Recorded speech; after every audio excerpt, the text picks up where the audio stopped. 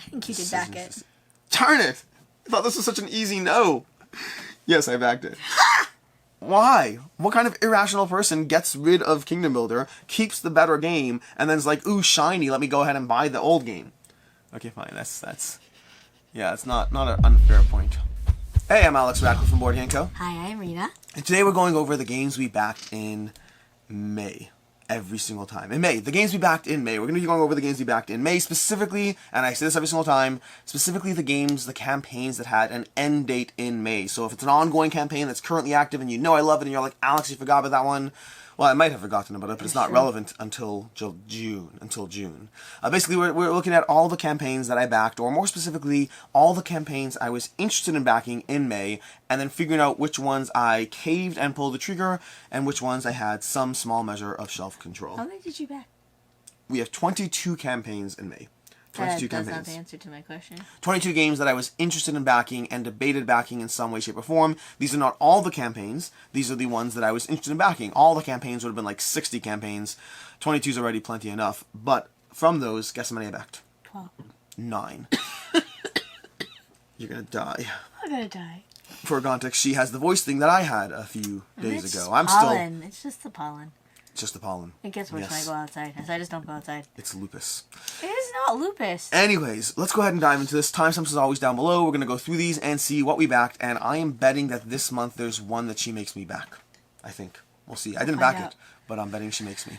Starting off the bat with Anastyr from Mythic Games. I think you backed this one. Wow, that was quick. Are you voting or you want to see more? I'm voting. You're voting. Wow. Yes. What made you say that you backed it? I heard you say this word a bunch of times. I did say the word Anastyr a bunch of times. So what? Yeah, Anastyr from Mythic Games, I did back it. Did you really? Yeah, I heard you talk about it all the time. Okay, cool. I didn't realize I talked about it that much, but Anastyr is Anastyr from Mythic Games. I mean, I do talk about it, I don't know if necessarily this more than the others. Although, we did have it set up on our table for a week, maybe that was it. This was literally set up on our table for like 4.5 days just because I was in the middle of a game. Well, if I scroll down, maybe it will look a little bit more familiar. Here, does this look vaguely familiar? Nope. Nope. Let's see if we find a full board picture. picture. The month of May was very hectic. I don't remember very much of it. The month of May is crazy. Every single month is crazy. They're all crazy. They never stop being crazy. Intense. I can't find a good picture over here on the screen. It's okay. But this was set up on the table for a good 6 days. One of my plays had this just set up, and the kids were playing with it and all that. I think the kids were playing with it at one point, yeah. Because I played this a few times. I played this at Jesse's house, at our house, down here on this table. It's been set up in like 4 different locations. But at one play mid-game. Anastyr from Mythic Games. This is a game. Well, yes, it is a game. With pieces and cards. So far, it was pretty good. It has dice, too. Anastyr, does it have dice? I think it has dice. It has dice. I think I saw dice. Anastyr is a side-scrolling beat-em-up game. What that basically means is there's tiles that you slowly have enemies who are you're fighting on, and as you clear one tile, you grab another tile, and you place it for another tile, and you side-scroll it. It's like a little... You may have never done this when a kid. I don't know if you did. You ever play those like arcade games in an arcade where you're moving along always to the right? You're always moving to the right, and you're like trying to beat things up, and you're like Ninja Turtles or whatever. Skee-ball. Different childhoods. But Skee-ball. This is an arcade side-scrolling beat-em-up game, just with miniatures and all those things. And all those quarters I spent on the arcades, I could spend them on Anastyr instead, because it's a whole lot of quarters to get this game. But yeah, that's Mythic Games, Anastyr. I definitely backed this one. This is one that I'm not sure if it stays long-term. I think that it's competing for Zombicide in terms of the type of space it has in my collection. And I think this is a game that I dive into, that I enjoy, and then at a certain point I say it's time to move on from it. And that is Anastyr. Whole lot of miniatures. The kids are going to be very, very happy. Cool. And by kids, I mean myself. Anyways, moving on to the next one, which is Assault on Droomrock Ultimate Edition. 1,700 backers, 200,000 euro raised. Assault on Droomrock Ultimate Edition is kind of a dungeon crawler, but without really miniatures or a dungeon. It's all abstracted. You have your hero, which is represented by a card. You have your skills, your attributes, your equipment. They all gear up. You're going on along a kind of a sequence of cards and making choices. It has all the attributes of being like a Cthulhu Death May Die, just there's no actual dungeon and there's no actual miniatures, and it's all abstracted to card combat with little card combats in between them. That's lots of leveling up, RPG stuff, all these fun elements of abilities, powers, skills. There's a bunch of modules. There's like what are the modules? I can't remember what the modules are. There's like 14. One of those games that you backed where you're pretending not to know the information so that I will get tricked into this is a decent amount of information. This is a decent amount. I don't think you backed it. I did back it. You did? And I'm not pretending anything. This is a decent amount of information. What am I supposed to say? It has more stuff. What more stuff do you want me to tell you? That was It pretty has good promos first off. and solo stuff and things. It's cards. It's lots of cards. It's an abstracted dungeon crawler. I was not interested. This is one of those many games that I only backed because I do content creation. Because I ended up looking into the campaign enough to actually competently cover it on the channel. Who are you playing it with? Solo, almost certainly. Okay, now I should start asking that if I'm uncertain who you're playing the game This with. one That'll give me feels more like it's a information. solo experience. I could see myself playing with Akiva. It's his kind of game to a degree, but I think it's the kind of game I dive into solo. I don't know for sure. We'll see. I'm willing to play it with other people. Maybe Tavi will enjoy it. I can see him diving into it. But there's other people who would enjoy this as well, but my backup for a game like this is definitely solo. I'm very intrigued. Like Anastyr before it, I don't know if it sticks around long term. It's a hard guess to say as far as how these compete. I mean, I have Massive Darkness from Command showing up any day now. Mm-hmm. You don't even want to see how many boxes that thing is. Use some boxes. I should take a picture for like my Instagram. I should take a picture of the boxes and then your face when we get Massive Make sure Darkness. it's actually addressed to you and not your sister. Oh no, it's gonna have Command stamped on the side for all those porch pirates. Yeah, but that's Assault on Droomrock number 2. So we backed so far 2, which means we're down to 20 campaigns left, of which I've backed 7. So the numbers are getting harder and harder. Those are 2 early wins, and we go from there to Autobahn. Autobahn from Alley Cat Games. This is an economic Euro game of basically building pathways, building out your Autobahn in, let's see if we can find a picture so it'll make more sense as we scroll through somewhere it. in Europe. Somewhere in Europe does sound right. Somewhere in Europe, you're going to be building all these pathways. I don't remember what they're called, like service terminals, whatever, as you try to figure out how to upgrade to get better workers or whatnot. Here we go. The service stations, expanding your Autobahn network, promoting your employees, unlocking new departments, and trying to just basically manage 15 different things in this Euro game, and trying to, well, it's better to build your service station, but it's also better to upgrade your employee first, because if you promote your employee first, that'll help you. But if you get this department first, it's all the Euro Sounds stuff. like Food Chain Magnet, but light. It does sound like a light Food Chain Magnet. You're not wrong. It's a very apt description for someone who never played Food Chain Magnet. On a high level. I have watched you play that game for multiple Yes. hours. No. Food Chain Magnet's like 20 minutes tops. It's a very long 20 minutes. It's a very long 20 minutes. I don't think you backed it. I did not back this one. I want this game. I do. But I want 22 of these games, and I have to make choices. So this one fell in the category of Euro games I always have a harder time telling whether they'll be something I like. I mean, all games for that matter, but Euro games I guess I'm less compelled by. It's easier to look at a bunch of Euro mechanics and be like, maybe it's good, maybe it's not, as opposed to all that sweet dungeon crawler goodness with the upgrades and the skills and the weapon and the if you cast your fireball while using the shield of hammering. That stuff sounds so much cooler than like build out your service station empire. Even though Play Food Chain Magnet. You're building No, that grocery Food Chain Magnet store. is amazing, but that's because I've played it and I know it's amazing. If you give me a choice between Massive Darkness, where we have the giant pink teddy bear against my necromancer with his little army of necromancer stuff, versus build a restaurant and plant a garden on the house, which one sounds more compelling? Depends on the person you're talking to. That's fair. But to me, the giant teddy bear, although the building a garden and managing your restaurant empire is very, very, very compelling when you actually play it. It's just about it's about the temptation. That's what it comes down to. I find Euro games are easier to resist the temptation. Next up, we have Battlecrest from Jason Tagmeyer from Button Shy Games. This is a... Do you want to log your guess? Or do you want to hear more? I'll hear a little bit more. Okay, cool. Wow. The judgment is so harsh there. It's not about judging. When was the last time you didn't back a Button Shy game? That's a fair question. Probably like 6 Button Shy campaigns back. It's happened. The last time was a mistake. I meant to back it. I just forgot. I know. So I'm just going to log in my guess soon, but what does this one have? Are you logging your guess? No, I'm going okay. to find out. Battlecrest. Battlecrest is a Button Shy game in which you have 18 cards, as a typical Button Shy game does, and you have 6 cards for one player, 6 cards for the other player, and 6 cards for the environment that you're fighting in. It's basically a skirmish Button Shy game where 6 cards are... Oh, you for sure backed it. Yeah, I backed it. Moving on to Birds of a Feather, Western North America from Snowbite Studio. Birds of a Feather, Western North America. This is actually the follow-up to the original Birds of a Feather, which I don't have. It's a standalone game, not an expansion, just because I know those questions are coming. But Birds of a Feather is a game which you're trying to collect sets of birds. But the way it works is... Because they all flock together.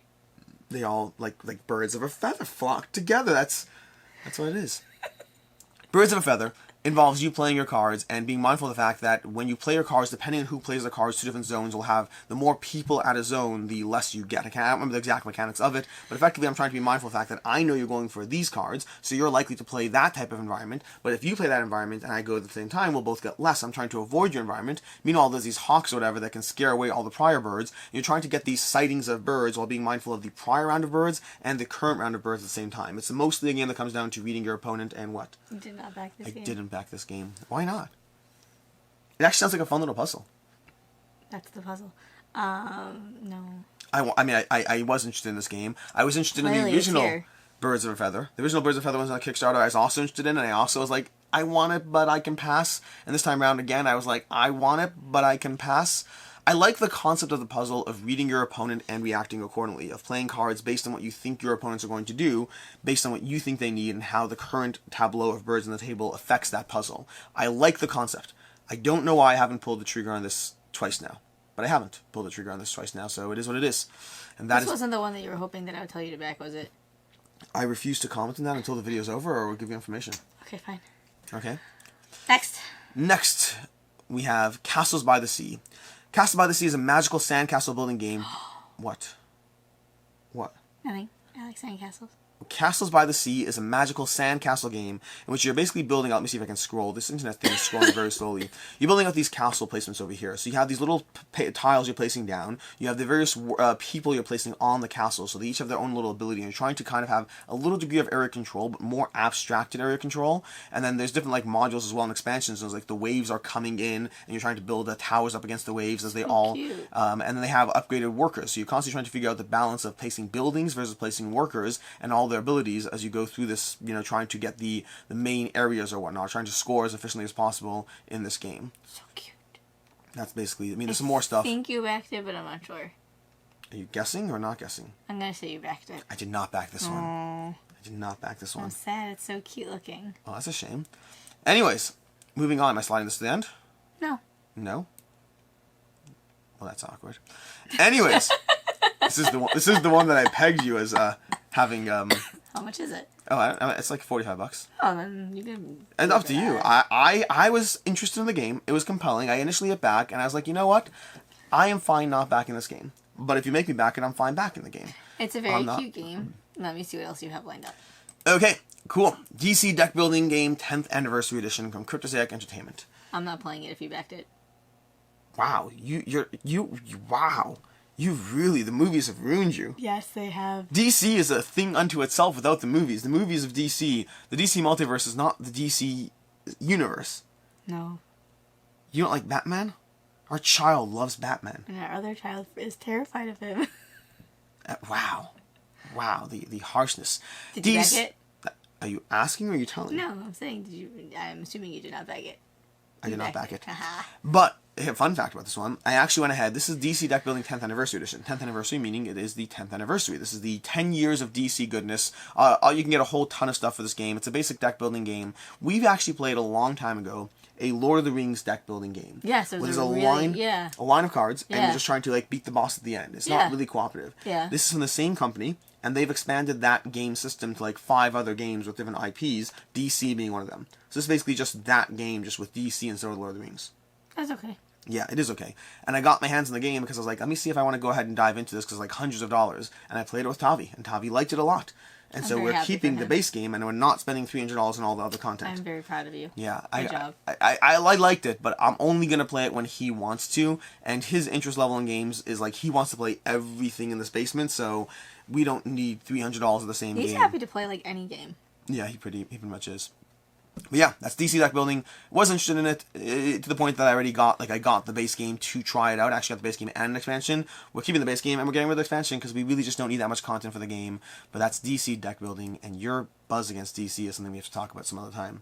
So rude. Don't Let It Die. Don't Let It Die, a co-op asymmetric survival board game. Don't Let It Die. A co-op asymmetric survival board game. The asymmetric is a fancy way of saying... What? What's it? The fire. Don't let the fire die. Oh.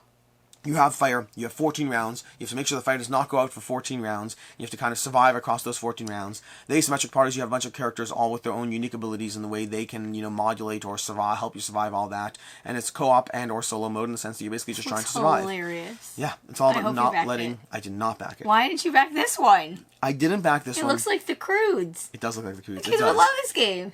It looks hilarious. Would the kids play this? The kids love the Croods. I didn't back this one. I was very compelled. Again, it's here for a reason. It looks so funny. I agree with you. You're not wrong. This company, this particular company, Sam Milham, every time he has put out a game, I've wanted to get it. Uh-huh. And every single time I have chosen not to because of the reputation of their past games, which is always, they're okay. And every single time when the game hits the market, the one that I wanted to get, and I chose to have self-control, They hit the market, and people are like, it's okay.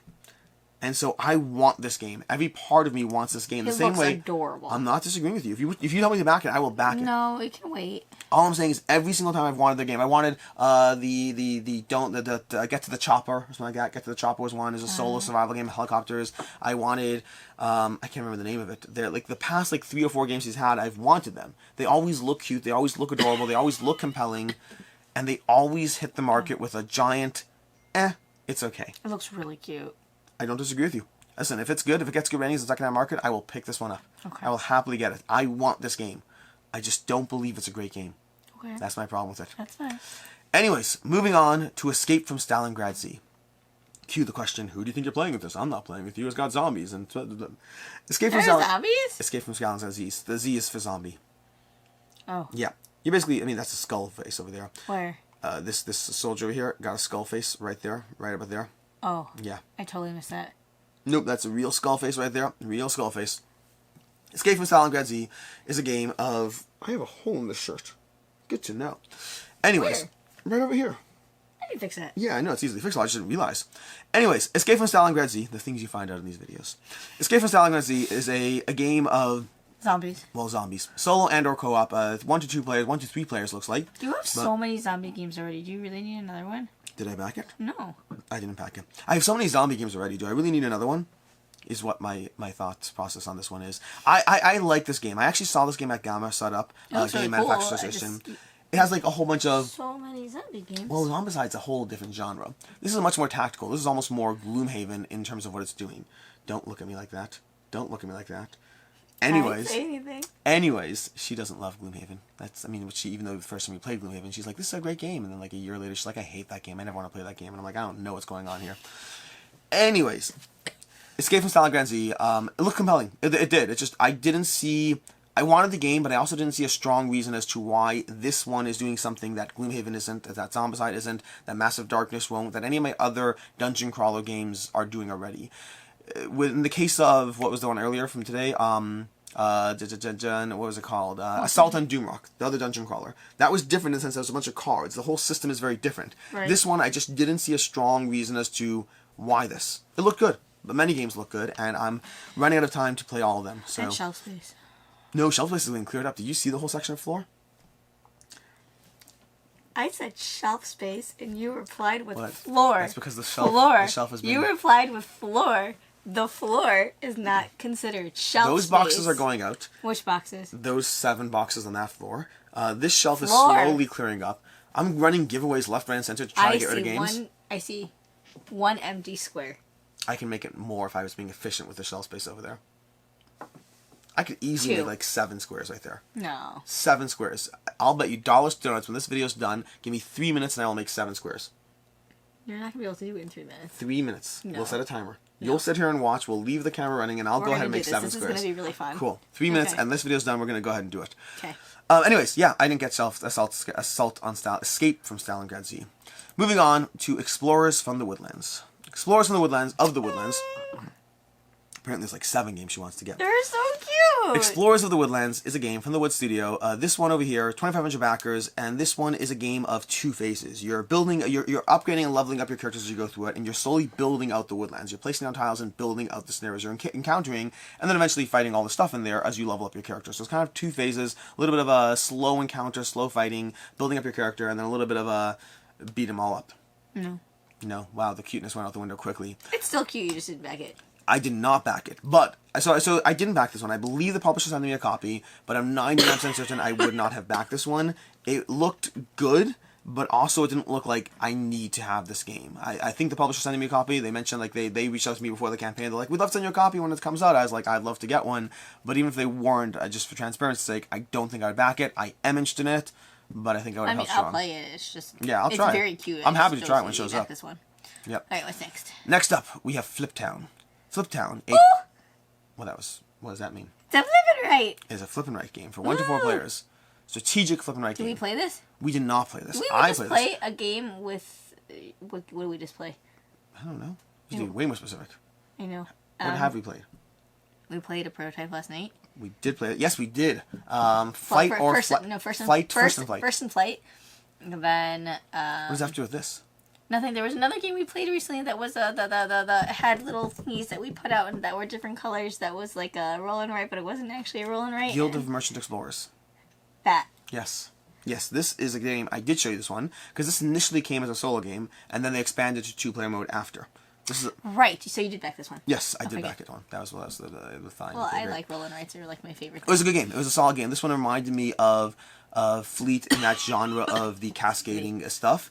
I think it potentially has a little less going on as far as what you'd like because there's a higher element of some luck elements that I think you might turn you off. Well, it's only one way to find out. We'll know in Next 1 up, year. Somewhere that way. Cool. Next up, we have Last Light from Roy Kennedy. Oh. Last Light from Grey Fox Games and Roy Kennedy. Last Light is a 4X game that plays in an hour. That's the theory, the premise. In 4X games, 4X is expand, exploit, exterminate, and explore. Expand, exploit, explore, exterminate. Might be those 4. I don't remember exactly. But they're basically games in which you're exploring across a range of territory, exploiting the various planets or areas for resources. You're improving, and you have tech, and you have all these things to improve your civilization. And it's all basically these giant conquering kind of games. They usually take like 3 to 8 hours to play, depending on the one in question. This one promises to play in an hour, and it does play in an hour. It gives you the 4X experience. It compromises in some areas, obviously, because you can't get the exact same experience, but it does so in an hour, looking like this giant science project of just domes floating around in space. I would say, as soon as you explain what a 4X was, the only thing I'm thinking of is it sounds like a Doctor Who episode. It's, Doctor Who's Explore. kind of... Well, no, because you have Daleks who explore, exterminate. Oh, the Daleks are definitely engaging in a 4X game. That's yes, true. They are right? definitely... You see how I made that? Yeah. They're definitely engaging. How many have you backed? How many have I gotten right that you have backed thus far? How many have you gotten right? How many have I backed? How many have you backed so far? I've backed Anastyr, Assault on Droomrock, Battlecrest, that's 3, Fliptown, and then 4. Fliptown is 4. I think you did back this one. I did back this one, but why would you guess that? You did a thing with the guy. How do you know that? I listen! Fine. Okay, yes, I did do a thing with the guy. Roy, I did a thing with Roy. I played this game with Roy. I had a review and a playthrough the same day, a 2-player playthrough. I love Last Light. It's an amazing game, absolutely amazing game. Every time I played it, I've had a ton of fun, and it really does deliver that sub 60-minute experience for a 4X game while compromising minimally on the experience. There's absolutely a compromise. You're not playing Eclipse. You're not playing Clash of Cultures. There is a compromise, but it's a minimal compromise and an excellent playtime. This is one of those games where I wanted everything. I got the 5 to 8 player expansion because I can really see myself playing this with 6, 7, 8 players. I think it's a solid game. Well, not that we have 8 players that often, but when that one time it happens, I will be able to, and I'll be prepared. It does happen every so often. Yeah, and then we usually play like Resistance or something. We need to play Resistance. It's been so long. No, we do not. You can play Resistance. I will not be playing Resistance. Gotcha. So, anyways, that's going to be Last Light. Last Light, definitely back this one. Roy Kennedy, Grey Fox Games. Next up, we have Kingdom Builder Empire Edition from Queen Games. Kingdom Builder Empire Edition is the deluxe, over-the-top, expensive version of Kingdom Builder that brings you all the extra stuff. It basically expands the size of the map, and it turns all the little wooden huts into deluxified plastic miniatures, and it turns all these buildings into little deluxified castles. Had this game. What? We played this game. We have had Kingdom Builder in our collection, yes. For like a long time. Yes, we did. Like a really, really long time. We did. It was in our collection for like, I don't know, 7 years. Why'd you get rid of it? Because I got Winter Kingdom instead, which I thought did Kingdom Builder better. Do we still have Winter Kingdom? We do have Winter Kingdom. We do not have Kingdom Builder. So wishy-washy. I think you did back it. Darn it! I thought this was such an easy no. Yes, I backed it. Why? What kind of irrational person gets rid of Kingdom Builder, keeps the better game, and then's like, ooh, shiny, let me go ahead and buy the old game? Okay, fine. That's yeah, it's not an unfair point. Yeah. I kind of asked for that. I miss Kingdom Builder. It was such a good game. It was a good game. I really liked it. And I love Winter Kingdom. And I think Winter Kingdom is better. There's 2 problems. That's one. There's 3 problems with Winter Kingdom versus Kingdom Builder. The first is that I've always thought Kingdom Builder looked better than Winter Kingdom. Winter Kingdom looks drab and wintry and the whole thing's white, and Kingdom Builder is luscious and full of color. That's problem 1. What's wrong with you? What is wrong with you? Don't make fun of me. You already made fun of me enough. Number 2 is the fact that Winter Kingdom has not been expanded upon, and I've been waiting for it to be expanded upon, and I still have not seen any expansion upon it, and so I kind of want all the Kingdom Builder stuff. Number 3, and this is, well, number 4 is the shiny part, the fact that it's shiny. Number 3 is the fact that as much as I love Winter Kingdom, I find it is slightly harder to teach new people. I think Winter Kingdom Builder is easier to teach. It's a really easy game to teach. It's a really easy game to teach. And Winter Kingdom takes a lot of things that Kingdom Builder does and makes it better, makes it a better experience, but it does so at the cost of having to like hand people 15 cards and being like, okay, let's go ahead and check the rules reference every 2.5 seconds for every single one of your cards. And that's obnoxious. The game, once you learn it, is much better. But it's a harder initial teach, and I think Kingdom Builder is... And it's pretty. And the buildings. So pretty. Yeah. I'll play it with somebody. Yeah. Play with you. Okay, cool. You see, look at that. We got it. Recorded consent. Okay, cool. That is Kingdom Builder. Next up, we have Maglev Metro, mechs, monorails, and more. This is well, yes, all the M's.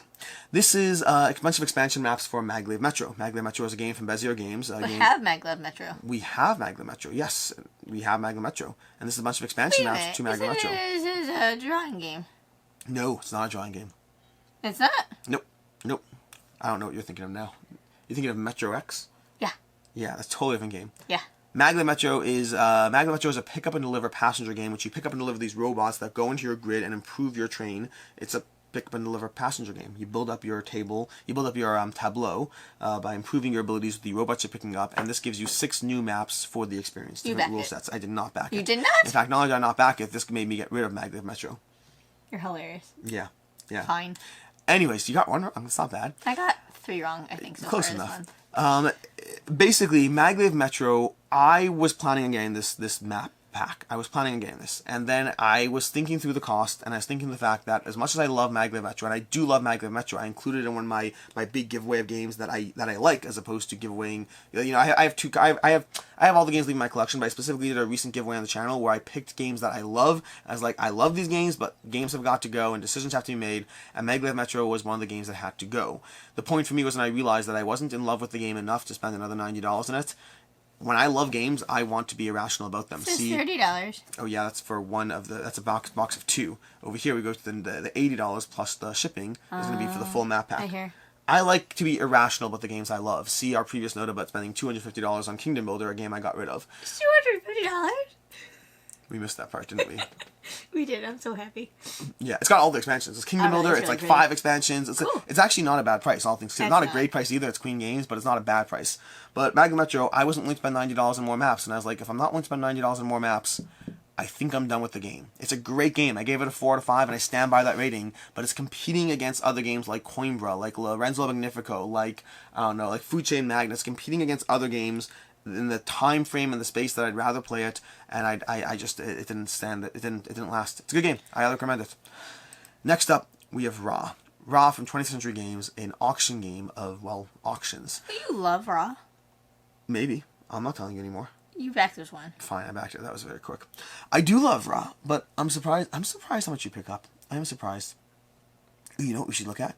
We should look at this. This is completely unrelated, but, you know, since GameFound's advertising this, go ahead and take a quick look at Castle of Burgundy. Ooh! Yeah, they have a new expansion, too. The Vineyards expansion. Ooh. Yeah, they have castles and tiles. Let's see if we can show you stuff. This is completely break from the norm right now. See here, you're gonna have castles over here that go replace their little castle areas, and I'm 99% certain that they're gonna have miniatures for like everything else, and they just haven't told us yet. Although by the time you're watching this video, we may know. So yeah, we'll see. That's unrelated. Really pretty. I'm really excited. Yeah. Anyways, going back to Raw, because that's what this video is about. Raw is a newer version of Raw for 20th Century Games, being the game from Anna Knizia, back with art from Vincent Detroit, and from Ian O'Toole, not Vincent Detroit, art from Ian O'Toole. Didn't we have this game like way back when? We had this game way back when, and I had it for a long time.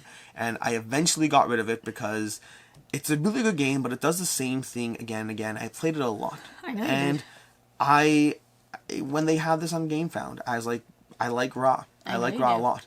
Like, Tigris and Euphrates is another game from Anna Knizia that I also got rid of for very rational reasons. I love Tigris and Euphrates. Sometimes you get... Domain is another game I love. I love Domain. If they come out with a deluxe version on Kickstarter for Domain, I will back that game. Also Tigris and Euphrates. And Tigris and Euphrates. Yep.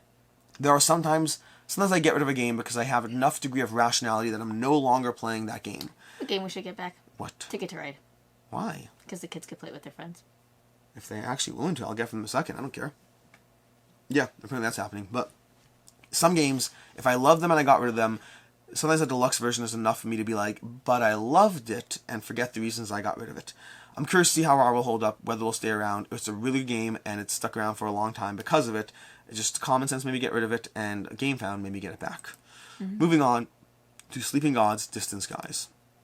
Sleeping Gods Distant Skies is from Red Raven Games. $2 million raised, 14,000 backers. This is a story-based game in which, no, you don't have to play it, don't worry. It's a story-based game in which you are going to basically, you're on this plane, and you're kind of stranded on this island, and you're flying around from zone to zone, using your characters to engage with the story on this giant choose your own adventure. You're flipping through a giant book, there's an app, it's narration, you're making choices, you're interacting with the villagers here, and because you've interacted with the villagers here, when you now go to that village, you now have a token card that says, oh, well, now you can do this thing, but you couldn't have otherwise. It's got this heavy degree of chaining of the way you interact with the world changes the way the interactive story points all occur. So if I go to the huts right now, I can talk to the old woman or the wise man. But if I first save those villagers, then I can also talk to the stranger in the corner now. It's got this huge degree of storytelling, of interactive stuff as you try to basically keep your plane afloat or manage your resources, keep your crew alive, all while engaging in a giant choose-your-own-adventure experience. It sounds like you backed it. Does it? Yes. Yeah, I backed it. It sounds like Lost. It does have a vague Lost-like approach to it. It's a strange world with strange things happening. This is the sequel to Sleeping Gods. I actually got rid of Sleeping Gods. I was going to say, didn't you have Sleeping Gods? Yes, I had Sleeping Gods. I played through a campaign, and then I was like, good. I enjoyed aspects of it. I enjoyed a lot of aspects of it, but I was also ready to move on to Sleeping Gods. I didn't need to keep Sleeping Gods. I liked a lot of aspects from it, but I didn't need to necessarily keep it. And so, yeah, I moved on to Sleeping Gods, and that's where we are with Sleeping Gods. As far as Distant Skies takes a lot of the same elements of Sleeping Gods that I liked, and it keeps those, but it also lowered the amount of characters you're managing, which I played Sleeping Gods as a solo game, and there were like 9 characters you're managing, which was too much. They changed it to being 5 characters instead, so that's already much better, and they also changed the combat system in a way that a lot of people complained the combat system was a little too repetitive and not as elegant, and they changed that as well. So they basically took a game that I already liked, and they made it better, and as well as the fact that it'll hold its value, so I'm not really too concerned. If it turns out to be another game that I don't like, maybe I'll do another giant giveaway in this one, because I did Sleeping Gods in my last giveaway. Very, very popular game. Anyways, that is that. Next up, we have Tablegolf Association. Say what now? Exactly. That is a fair question. 1,100 backers. Tablegolf Association is a game of flicking your little disc along a board. You basically, yes, you have a little metal disc and a little metal ball, and you're flicking it across these pathways using certain rules around... Please tell me you backed it. Are you voting? Yes. You're thinking I backed it? Yes. I did not back it. You need to back this one. Whoa, okay. I like clicking games. I know. The only reason I did not back this game is a combination of two things. Two reasons. One is the price point, $75. It's not cheap. It's not expensive, but it's not cheap. But also because of the fact that for me, every flicking game I've ever played has not been Crokinole. That's my bar. I hear, but this is a very cute flicking game that I think the kids would really like because they love mini golf. Do they love mini? Oh, I guess so. The kids love mini golf, and they would love this game. I will slide this to the end and see if there's a way we can get this as a late pledge. And you were right. I did make you back a game. It just was not the one that you anticipated. It was not the one I anticipated. It looks very creepy. The Dark Quarter from Lucky Duck Games. Okay. The Dark Quarter from Lucky Duck Games. This is a kind of spiritual successor to Chronicles of Crime and Destinies. A game that you have played and a game you have not played from Lucky Duck. I have played Chronicles of Crime. Yes, you have. It has that element of adventure, of mystery, of point and click, a bunch of QR codes as you wander around the map trying to uncover mystery, but it also kind of merges that with the gameplay and the skill check system of Destinies, such that you're trying to manage and improve your skills as you try to choose when and how to exert your dice to use them towards your skill checks to engage with these specific encounters that you're having in this dark... What? You didn't back it. I did not back it. Nope. Dark Quarter was good, but it's too much like Chronicles of Crime. I was tempted by it because of the fact that the story was really engaging and there were parts of it that were really compelling. But the parts of it that frustrated me were the parts that were like Chronicles of Crime, which has never been a game for me. Well-loved game, not a game for me. But Chronicles of Crime has this point-and-click aspect where sometimes you just find yourself pointing and clicking and just guessing. And you're like, click, click, click, click. I've given up on all the logical stuff. Just click. Okay, do you know this person? Click. Have you seen this device? Click. That's okay, what great. last time we played it. It does. And it's happened before with me in Chronicles of Crime. And sometimes the Dark Quarter was intuitive in terms of the guesses you can make. Other times it devolved into point and click your way out of a situation and hope for the best before your detective leader shouts at you. It was okay. Not a game I need to back. Next up, we have The Flood. The Flood, a Euro game of dice rolling, trade, engine building. You must gather vital resources and build the Ark before the Flood. Really, it should be called the Ark. It has nothing to do with the Flood. You're building the Ark. Each player is building their own Ark. This is not a cooperative game. This is a competitive game of building your Ark first. It's basically Noah and his evil twin brother Noah, and his evil twin brother Noah, and his evil twin brother Noah. And all of them are trying to compete to build the Ark because only one of them... twins is really quadruplets by that point. fine. His evil quadruplet. It doesn't have the same ring to it. His evil quadruplet, Noah, doesn't have the same ring to it. Doesn't have the same ring at all. Anyways, the Flood. So you're going to be rolling dice and gathering resources as you expand your colonies and your trade routes, and then basically gather the resources you need to ultimately build out your arc. It's a resource game. With your rolling dice for resource gathering. It's going to have a bunch of modules as well, some co-op modules in terms of, dealing with the various dinosaurs or beasts or different things. But how many did you back so far? that's a great question. I don't know the answer to that offhand. The answer is going to be, we have Anastyr, we have Assault on Droomrock, we have Battlecrest is 3, we have Fliptown is 4. We have Last Light is 5. Kingdom Builder is 6. We have Ra is 7. Sleeping Gods is 8. We have room for 1 more. Oh boy. And we have 3 more campaigns. No, you have 3 left. Dun, I dun, don't dun, think you dun, backed dun, this dun, one. dun. I did not back it. I was compelled by the Flood. I was interested in it, but I also never really got convinced that it wasn't more than a glorified Catan with a theme that, I like the theme. I'm fine with the theme, except for the whole evil quadruplet thing. That just doesn't really... The fact that it's not a cooperative game does throw me off a bit. I feel like the Flood, had it been more of a co-op game, I think I could have bought into it more. But as it was, the theme itself wasn't enough to carry the game, because the theme is inherently at odds with just the whole entire concept of the biblical story, because there weren't 4 arcs being built. So, again, the concept of the game, great, and it might have been enough to, if it was like a cooperative game, a cooperative Catan with a whole story mechanic element, whatever it was, I could have gotten behind it more. As it was, I'm still interested in the game, but I was able to use self-control and pass. Which brings us to the Great Wall reprint. This is the Great Wall reprint, and it has basically all the Great Wall stuff. If you want the Great Wall, which we have behind me over here. I was going to say, don't you already own this game? I do. They had some reprint for, what's it called, a rule book and some modules and cards and things, whatever it was. Just some extras and stuff. Okay. Yeah. How many extras? Just nothing, not a lot. For how much? Like $10. You probably backed it for $10. I did probably back it for $10. Yeah, okay. Yeah, I did probably back it, yeah. Yep. Mm-hmm. Makes the next 2 games kind of silly, doesn't it? Yeah. The Great Wall. The Great Wall, I did back the extras. I wasn't planning on, and eventually I was like, you know what, I'll pay the $8 to get the reprinted cards and rulebook. I like this game a lot. I know and you do. It doesn't make any sense. Logically speaking, I was fine with the game as is. I learned the game. I know how to play. The cards that have inconsistent, unclear rules haven't been an issue for me, and so I should just keep what I have. But I paid $10 and got the reprinted rulebook and cards and stuff, so yeah, I have that now. The Great Wall's a fantastic game. Highly recommend it. We already have everything for it.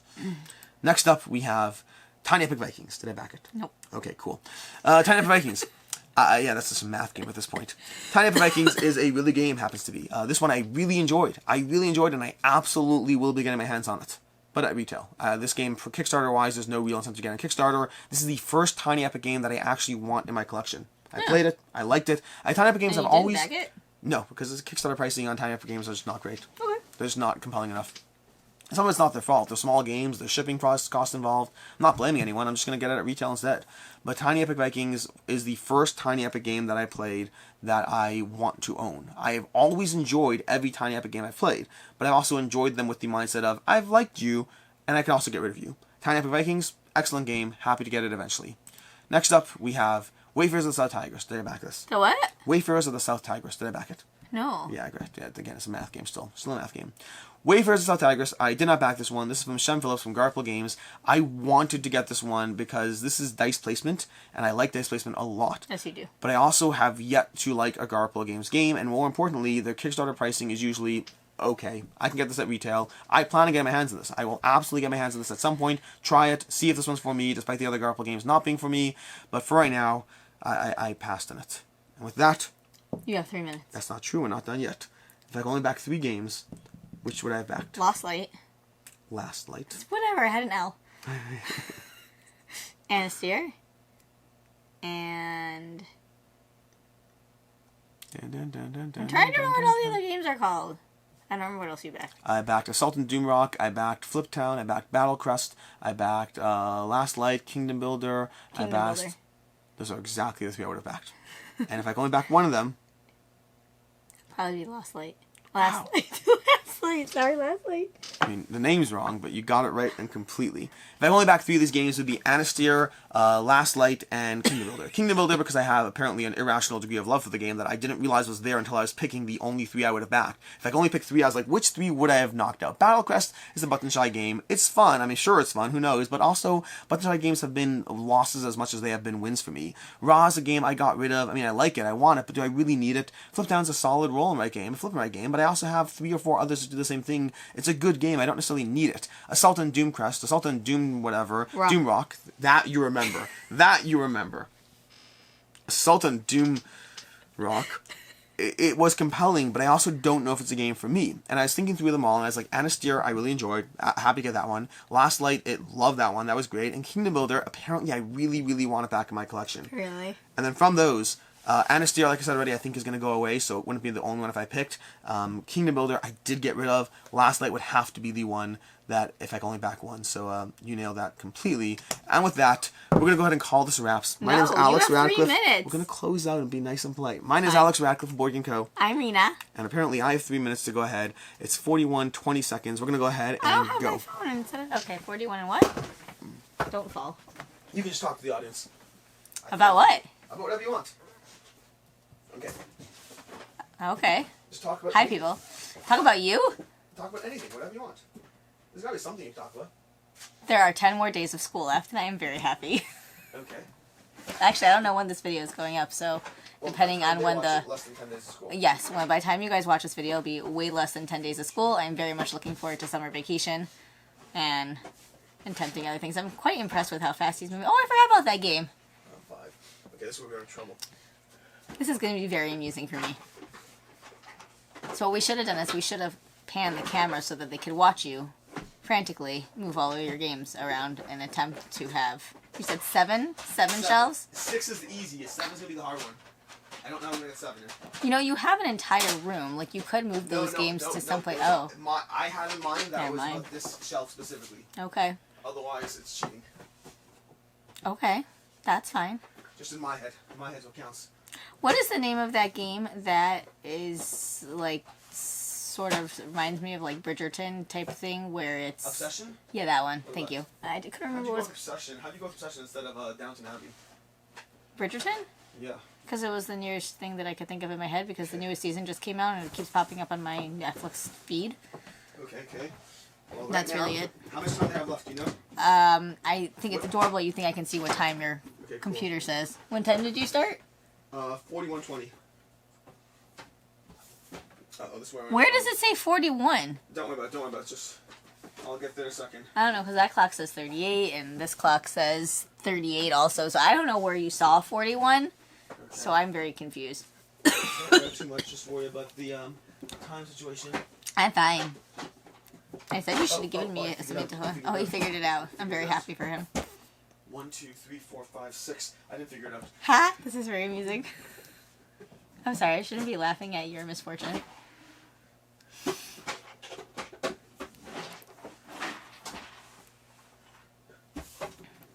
This is very amusing to me. Oh, he's almost got it. Oh, wait, now he's coming back to sit down. Ta-da! Okay. Where did you see 41? 43, 48. In 2 minutes, we have 1, 2, 3, 4, 5, 6, 7 cubbies. Okay, wait. Now answering this question. Behind all of those games that you just shoved that are nice and pretty in front, do you actually know what's behind any of them? That was not part of the deal. That was not part of the deal. The first 6 were pretty easy. From there, there's a trick where these have enough depth where you can often just push a little bit in, and not this one apparently. There we go, like that. You can push them in a little bit, and so for the last cubby, I kind of had to just clear out and just push in a variety of other cubbies to fit the last 4 games in. Also, like, that is in front of a fireplace. Are you sure you didn't knock any into the fireplace? Well, I can't check now. I don't think I did. I mean, we would have heard it clatter to the floor, maybe. Yeah. I mean, I got it done is the important part. The terms and conditions, you even thought I could put on other shelves. I was like, no, this was just reorganizing that single shelf. That wasn't doing anything. That means that all the games that are now currently on the floor, you can now move those off the floor and onto the shelf. That seems like a reasonable thing to do. It does seem like a reasonable thing to do. Let me just take the games that are in the front off, because that's really annoying. I can't see Also, anything. you have Whistle Mountain, like, on its side, and I can't believe you did that it's not straight. Well, Autobahn was on its side like that without me having to rush. Why would you do that to yourself? Because I'm a heathen. I'm a madman. Like turn your head like this to read it. You like my shirt. I have a shirt that says sideways, you look really silly with your head like that, because people will go like this to read it, and then they see what it says, and they think it's funny, or they think it's obnoxious, one or the other. Really funny. Cool. Well, this has been fun. This has been a very wrap. fun. Thanks for being here. Until next time, I'm Alex Radcliffe from Board Game Co. And I'm Rena. And have a good one.